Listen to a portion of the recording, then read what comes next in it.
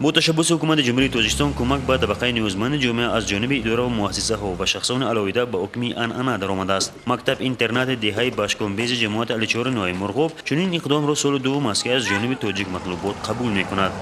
در مکتب اینترنت مذکور 26 نفر تربیت گیرنده که از خانواده‌هایشان دور هستند تحصیل و زیست دارند. در آستانه جشن سال نو میلادی از جانب ریاست تاجیک مطلوبات برای کمک به اینترنت دهه باشکومبیز نوای مرغوب 8000 سومونی جدا گردید. با این مقدار مبلغ برای مکتب دو عدد بطری آفتابی و محصولات خوراکی از نمود ارد، روغن، شکر و برنج و امثال این خریداری و کمک کرده شد.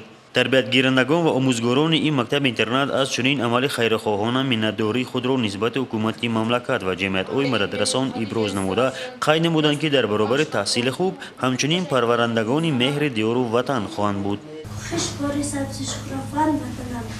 تاج طلا به سر ملت من تقسیم ایوانی وطنم. Bugün bayram, erten bayram, daim bayram, bayram menen yaşay bergin. Tacikistan.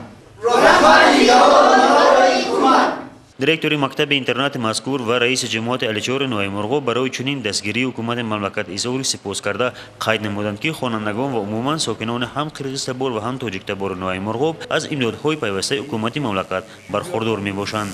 Мы, жители села Башкумбез, очень благодарны нашему уважаемому президенту Мамаду Рахмону и председателю области Шадыхану Джамшеду, председателю Мукабского района